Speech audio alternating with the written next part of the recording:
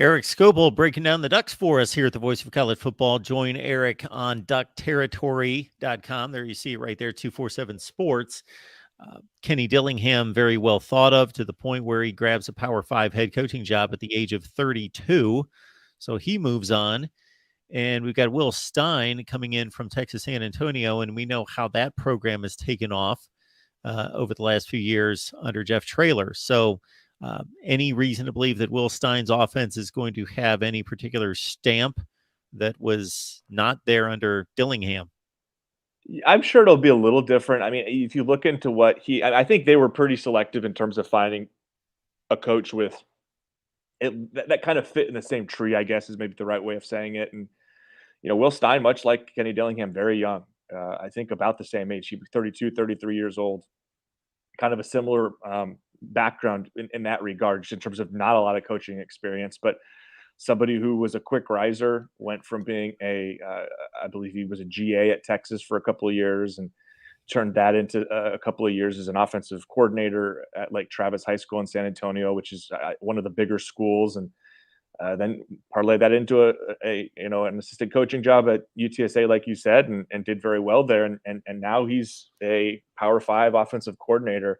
Again, 4 or 5 years removed from being a high school coach. So, I mean, that's an impressive track record to get here. And if you kind of look at what happened at UTSA with that offense, I mean, I think the pieces are there. I know we had one of UTSA's beat writers on our podcast of our Knots and Audibles a long time ago. And there were so many similarities about kind of how UTSA handles their business and how Oregon did. And just from a personnel perspective of both teams had veteran offensive lines, mobile dual threat quarterbacks, some athletic guys on the outside to win battles, and running backs that they used in a variety of ways. And, we haven't had a chance to speak with Stein since he's been hired now, a couple of months, but we've heard him speak publicly a couple of times, and I won't say it's an identical system or an identical understanding or I guess belief system of what works and doesn't, but there are a lot of similarities there, at least in terms of the way Will Stein has talked about this offense and how he wants it to operate.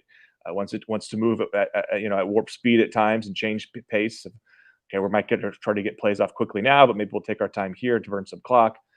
Take shots downfield, utilize the skill players, with some screens and some stuff out on the outside.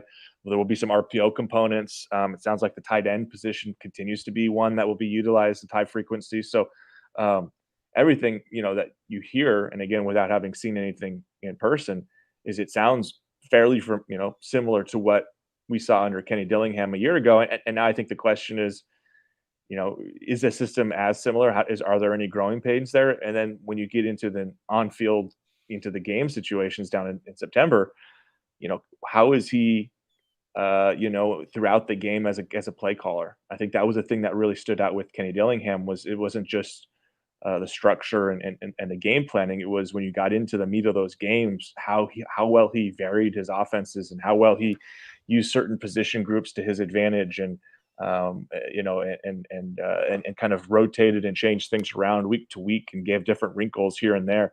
So much of that kind of advanced understanding for play calling stood out under Dillingham, and you just kind of you're left wondering if Will Stein will be quite the mastermind Dillingham proved to be at Oregon.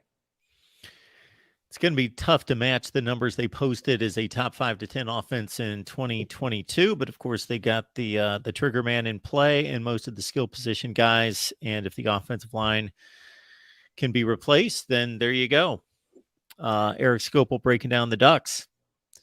Appreciate you being here, man.